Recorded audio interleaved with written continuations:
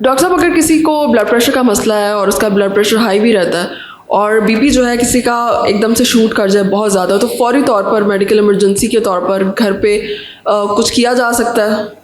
इसमें दो चीज़ें हैं। अगर किसी का ब्लड प्रेशर बहुत ज़्यादा बढ़ गया है, लाइक 180 या 200 ऊपर वाला चला गया है, जो कि सिस्टोलिक ब्लड प्रेशर होता है, और डायस्टोलिक 100 से ऊपर है, तो तब करीबी कोई भी इमरजेंसी है तो पहली बात तो वहाँ जाना चाहिए, प्रेफरेंस उसे देनी चाहिए, क्योंकि उसके साथ कुछ कॉम्प्लिकेशंस हैं जो हो सकती हैं जब ब्लड प्रेशर इस लेवल पे ज़्यादा जाता है, जिसकी वजह से फालिज का अटैक है, खुदा न खास्ता दिल का अटैक है, या किडनी पे, गुर्दे पे असर हो सकते हैं, बिनाई पे असर हो सकता है इतना ब्लड प्रेशर ज़्यादा जाए तो। एक तो करीबी हॉस्पिटल को भी करीबी इमरजेंसी वहाँ जाएँ। अगर खुदा न खास्ता आपके आसपास कोई करीबी इमरजेंसी भी नहीं है या कोई मेडिसिन भी आपके पास नहीं है, तो उस टाइम पे एक तो आपको रिलैक्स होने की ज़रूरत है। थोड़ा सा अपने आप को काम डाउन करें। कोई स्ट्रेस एंग्जाइटी है तो एक डार्क रूम में थोड़ी देर बैठ जाएँ, लाइट्स वगैरह बंद कर लें, थोड़ा अपने आप को रिलैक्स करें।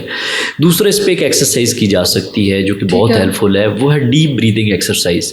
इसको करने का तरीका ये है कि आप नाक के ज़रिए गहरा सांस अंदर लें और उसको कुछ सेकंड्स के लिए रोकें और फिर आहिस्ता आहिस्ता मुंह के ज़रिए हवा को बाहर निकालें। ठीक है। तो ये आप कुछ सेकंड करें, कुछ लाइक 6 सेकंड के लिए आप सांस को अंदर रोकें, 4 सेकंड के लिए आप सांस को रोकी रखें और फिर 2 सेकंड में आप वो सांस बाहर निकाल लें आहिस्ता आहिस्ता ग्रेजुअली। अगर ये 5 से 10 मिनट ये करते हैं आप एक्सरसाइज, तो इसकी थोड़े टाइम के बाद आपका ब्लड प्रेशर नॉर्मल होना स्टार्ट हो जाएगा। लेकिन अगर कोई बाकी चीज़ें अवेलेबल नहीं है, लेकिन ये एक्सरसाइज आप रूटीन में भी कर सकते हैं अगर आप बीपी के पेशेंट हैं। इससे होता ही है कि आप जब डीप ब्रीदिंग करते हैं नाक के ज़रिए तो नाइट्रिक ऑक्साइड की प्रोडक्शन ज़्यादा होती है, जो कि खून की शरियानों को बेसिकली वाइड करती है, ओपन करती है, जिससे ब्लड प्रेशर ठीक होता है। और ये एक्सरसाइज उन पेशेंट के लिए बहुत इफेक्टिव है जिनको स्ट्रेस एंग्जाइटी के मसाइल रहते हैं, नींद के मसले रहते हैं, रात को नींद नहीं आ रही, तो आप ये एक्सरसाइज 5 मिनट करें, थोड़ी देर बाद आपको नींद आना स्टार्ट हो जाएगी। इससे आपका जो पैरासिम्पैथेटिक नर्वस सिस्टम है, बेसिकली हमारे जो दिमाग के हिस्से होते हैं उसमें नर्वस सिस्टम के 2 हिस्से हैं, पैरासिम्पैथेटिक एंड सिम्पैथेटिक। सिम्पैथेटिक है जो हर टाइम आपके लिए एक इमरजेंसी सिचुएशन बनाई रखता है, जिसमें लाइक जैसे आपके पीछे कुछ चीज़ लग गई है तो भागने लग जाते हैं। एक होता है ये सिम्पैथेटिक, दूसरा होता है पैरासिम्पैथेटिक जो आपको रिलैक्स करता है, डाइजेशन में हेल्प करता है। तो ये एक्टिव होता है इस ब्रीदिंग एक्सरसाइज से। और इस एक्सरसाइज के दौरान आपने बेसिकली चेस्ट को एक्सपैंड करना होता है, बैली से ये ब्रीदिंग नहीं करनी आपने। तो नाक से सांस लें तो जिसमें आपके लंग्स एक्सपैंड करें। तो ये 5 से 10 मिनट के लिए एक्सरसाइज करें और डेली करें, लाइक कुछ टाइम इंटरवल के लिए, और आहिस्ता आहिस्ता ये आपके ब्लड प्रेशर को भी नीचे रखेगी और स्ट्रेस एंग्जाइटी को भी कम करेगी। ठीक है। और दूसरी तरफ डॉक्टर साहब, अगर किसी का बीपी जो है वो बहुत लो हो जाए एकदम से, तो वो क्या कर सकता है? मैं लो से मुराद है किसी का ब्लड प्रेशर अगर 90 से नीचे चला जाए सिस्टोलिक, और 60 या 60 से कम हो जाए डायस्टोलिक, तो ये लो ब्लड प्रेशर की अलामत है। इसमें एक तो ये है कि उस टाइम पे करीब हॉस्पिटल है तो वहाँ जा सकते हैं। अगर कोई अलामत नहीं आ रही, नॉर्मली ख़वातीन में 90-60 नॉर्मल ब्लड प्रेशर कंसीडर किया जाता है। अगर ये है नॉर्मल है तो इस पर कोई सिम्टम्स नहीं है तो कुछ भी नहीं करना।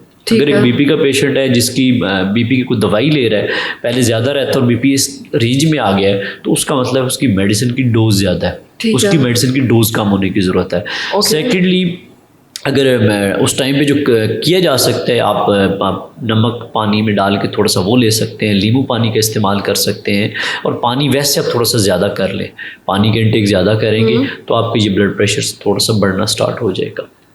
ठीक है, ओके। दूसरी तरफ डॉक्टर साहब, जैसे बीपी शूट होने की हमने बात की, तो अगर किसी का ब्लड प्रेशर शूट होता है तो वो अमूमन ये भी देखने में आया कि वो पानी भी बहुत ज़्यादा पीना शुरू करते हैं, तो वो इफेक्टिवली हेल्प करता है आपके बीपी को डाउन करने में? बीपी के लिए अगर आप पानी ज़्यादा पिएंगे तो बेसिकली वो यूरिनेशन ज़्यादा होगी, तो किसी हद तक कर भी सकते हैं, लेकिन आपका बीपी ज़्यादा है तो उस टाइम आपको रिलैक्स करने की ज़रूरत है। और ये जो एक्सरसाइज होता है अगर ये करते हैं, और अगर ज़्यादा बढ़ा हुआ है जैसे कैटेगराइज मैंने की है, तो करीबी हॉस्पिटल में इमरजेंसी में जाएँ, वहाँ डॉक्टर से चेक करवाएं, ECG वगैरह करवा लें, बाकी स्क्रीनिंग कर लें कि हाइपरटेंसिव अर्जेंसी है या इमरजेंसी है। 2 कैटेगरीज होती हैं। अगर इमरजेंसी है तो फिर तो आपका सडन बीपी नीचे लेके आना है, और अगर अर्जेंसी है तो फिर आहिस्ता आहिस्ता बीपी नीचे लाना है। अगर मिसाल के तौर पर पेशेंट को कोई हार्ट का मसला नहीं है, कोई फालिज का मसला नहीं है, साथ में कोई किडनी के मसले नहीं हो रहे, तो उसका ब्लड प्रेशर स्लो फिर नीचे लाना है।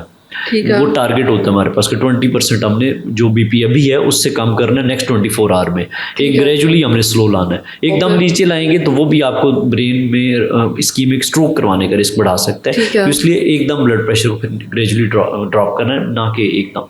ठीक है, तो डॉक्टर साहब कितना बड़ा हुआ जो ब्लड प्रेशर का लेवल है वो लाइफ थ्रेटनिंग समझा जाता है? 180 से बिलो या 200 से अबव सिस्टोलिक है और डायस्टोलिक 100 से अबव है तो ये डेंजरस लेवल है। वैसे रूटीन में जो ब्लड प्रेशर है वो जो सिस्टोलिक है 130 से 140 तक होना ठीक चाहिए है। और डायस्टोलिक जो नीचे वाला है वो 80 to 85 और 90 तक एक्सेप्टेबल है। अगर किसी का ब्लड प्रेशर इस स्टेज से आगे जाता है तो फिर उसके लिए उसको लाइफस्टाइल भी चेंजेस करने का एडवाइस किया जाता है और उसके साथ उसको ब्लड प्रेशर की मेडिसिन पे भी जाने की ज़रूरत पड़ जाती है। ठीक है, बहुत शुक्रिया।